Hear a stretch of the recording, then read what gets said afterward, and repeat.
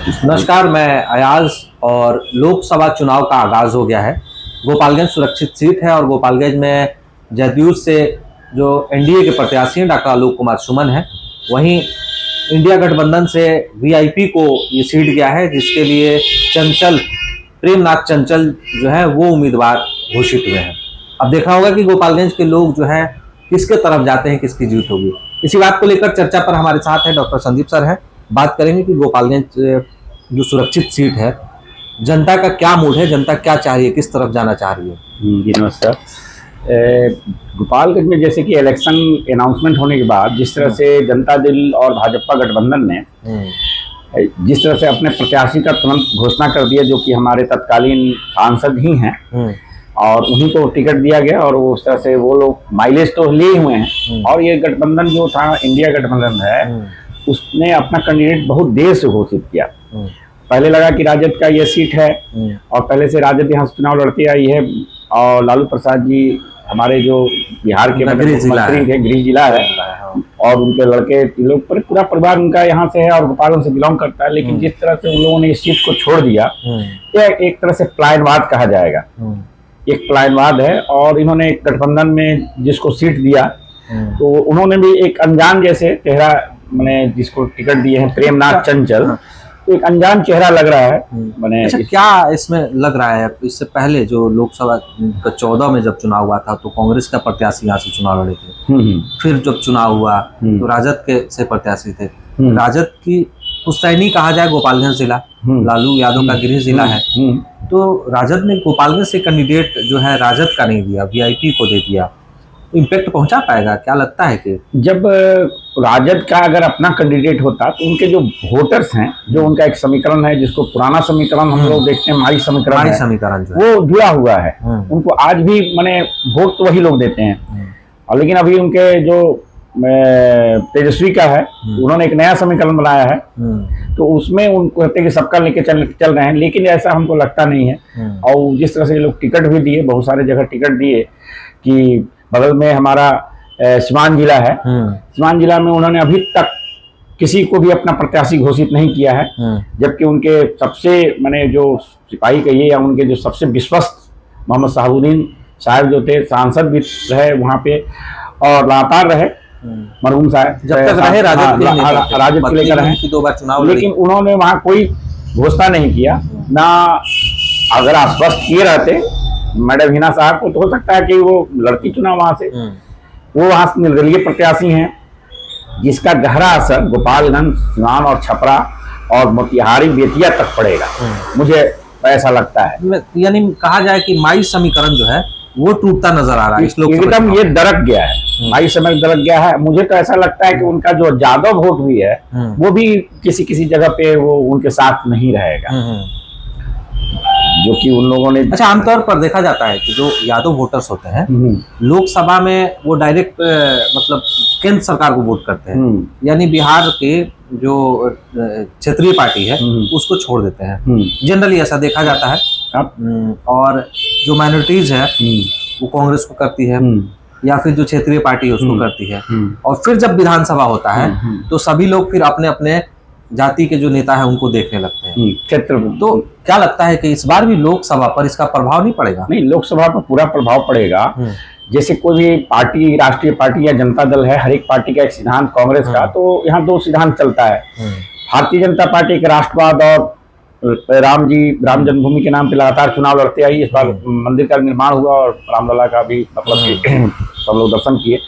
उसी तरह से एक धड़ा कांग्रेस, जिसमें एनडीए गठबंधन और उसको लीड करती रही देश में, और आरजेडी से लेकर सभी सामाजिक न्याय और धर्मनिष्ठता की बात करते रहे। लेकिन जिस तरह से इन्होंने परिवारवाद को आगे बढ़ाया, भ्रष्टाचार को आगे बढ़ाया, और अपने लिए तो सब सही है लेकिन दूसरे के लिए ये लोग मैंने उसको गलत मानते हैं। बिहार में देखा जाए तो इनका परिवारवाद बहुत भारी पड़ रहा है, मैंने सिद्धांत एक सामाजिक न्याय और धर्मनिरपेक्षता, ये सिद्धांत कहीं हमको लगता है कि ये मैंने इस सिद्धांत से परे राजनीति। अभी मैनिफेस्टो जारी किए थे 22, उसमें चीजें थी, इसमें कई जो 200 यूनिट बिजली फ्री का बात था, 500 में सिलेंडर था, महिलाओं को प्रति वर्ष पैसे देने की बात थी, रोजगार की बात थी 1 करोड़। तो लोग क्या विश्वास करेंगे तेजस्वी यादव पर? उन्होंने जो अपना मैनिफेस्टो दिया है, ये मुझे नहीं लगता ऐसा कि तेजस्वी यादव पे लोग विश्वास करेंगे। अगर ये लोग सिद्धांतिक रूप से अगर ये माने अपनी राजनीति को आगे बढ़ाते तो बहुत जरूरी है। लोकसभा में इसका फायदा नहीं मिलेगा, लोकसभा में इसका विधानसभा में मिल सकता है। विधानसभा में मिल सकता है, विधानसभा में लोग एकदम खड़े हो जाते हैं अपनी जातिगत पक्ष पे और सब जगह इस तरह से लड़ते हैं। लेकिन लोकसभा में इसके आसार कम दिखते हैं।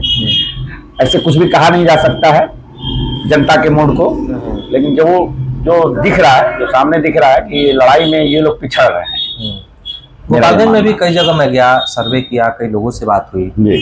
लोगों ने कहा, ज्यादातर लोगों ने कहा कि विकास पर हम वोट करेंगे, और खुलेआम उन्होंने कहा कि डॉक्टर आलोक कुमार सुमन ने विकास किया है, कई कार्यों को किया है, और फिर हम दूसरे को क्यों वोट करें। तो ऐसा लगता है कि आपको कि लोग जो है, ये बात तो सही है कि डॉक्टर आलोक कुमार सुमन पढ़े लिखे शिक्षित डॉक्टर और बहुत मृदभाषी शांत सौम्य हैं, और लगातार संसद में मैंने सभी गोपालगंज के लोग लगातार आवाज उठाते रहे हैं। काम होना ये बहुत कुछ निर्भर करता है सरकार पे, लेकिन कोई आवाज तो उठनी चाहिए। आवाज उन्होंने बराबर उठाई है, और माननीय मुख्यमंत्री नीतीश कुमार जी भी बिहार के विकास में लगातार लगे रहे, मैंने इससे दो राय नहीं है, और बिहार को लेकर चले हैं, अपने सबके साथ लेकर चलने की बात है। तो एक तरफ से मैंने एक तरफा लड़ाई ना हो जाए, मैंने ऐसा भी महसूस हो रहा है कि ऐसा नहीं हो जाए कि ज़्यादातर लोग आप बता रहे हैं, और मुझे भी ऐसा लग रहा है जो हमारी बातचीत होती है उसमें तो ये महसूस हो रहा है कि एक तरफा लड़ाई ना रहे। अब तक तो यही सामने आ रहा है कि लड़ाई जो है एक तरफा होती जा रही है। हाँ, जिस तरह से इन्होंने गठबंधन बनाने में देरी की, टिकट देने में देरी की, बाकी जो इनका अपना समीकरण था, जो इनके अपने विश्वस्त लोग थे, उनको उन्होंने दरकिनार किया है। ये बात तो हाँ, जाहिर बात है ना कि अपने समीकरणों को दरकिनार करके वीआईपी पार्टी को टिकट देते हैं। वीआईपी पार्टी का वोट यहाँ पे जो है वो मल्ला जाति से आते हैं। तो कितने वोटर्स हैं यहाँ इस, और दूसरा चीज, इनके जो वोटर हैं एग्रेसिव तो होंगे नहीं, वोटिंग क्या वो कन्वर्ट होंगे? ये हमको मुझे नहीं लगता है कि इतना एग्रेसिव वोटिंग जो है, आरजेडी का जो वोटिंग उनके खुद के लिए जो एग्रेसिव वोटिंग होता वो नहीं हो पाएगा, क्योंकि वो जब वोटर नाराज होंगे जो कि अब तो दूसरा विकल्प होगा। दूसरा चीज है कि गोपालगंज में अभी तक वीआईपी पार्टी का कोई पहली बार ऐसा हो रहा है, स्ट्रक्चर नहीं, उनका कुछ नहीं है, आरजेडी का है, लेकिन ये दोनों इतना मिलकर काम करेंगे इतनी जल्दी में, तो मुझे नहीं लगता है कि ये लोग आपस में इतना तालमेल के साथ काम करके और वोटर को मोटिवेट कर लेंगे। अपने वोटर को भी मोटिवेट नहीं कर पाएंगे ये लोग, ये ऐसा लगता है। उसमें भी ये कहा जा रहा है कि उनके पिताजी भाजपा से हैं। हाँ, ये तो मैंने सारा गोपालगंज में जानता है कि कैसे हो पाएगा। ये जो आपके वोट मांगेंगे, बेटा अलग वोट मांगेंगे। प्रेमनाथ चंचल जो जिनको टिकट मिला है, उस चंचल पासवान जी के पिताजी सुदामा मांझी जो हैं, ये खुद भाजपा में हैं। पिछली बार और इस तरह से भी और भी कंफ्यूजन है कि भाजपा में खुद हैं, तो क्या ये फ्रेंडली लड़ाई तो नहीं लड़ रहे हैं? ये भी हो सकता है, ये बात माना जा सकता है। जैसा मैंने ये संभावना हो सकती है कि फ्रेंडली फाइट हो। तो वाकओवर तो नहीं दे दिया गया, ये मैंने स्पष्ट लग रहा है। अगर इस तरह की, ये तो यहाँ लड़ाई का तो कोई वजूद ही नहीं दिख रहा है।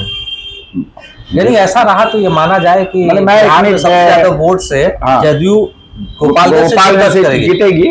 और मेरा मानना है, मेरा ही नहीं, ऐसा लग रहा है, स्पष्ट है, दिख रहा है कि ये पूरी तरह से मैंने यहाँ पर मैंने कि लड़ाई दिख नहीं रही। कोई लड़ाई ऐसा नहीं है कि यहाँ कुछ होने जा रहा है।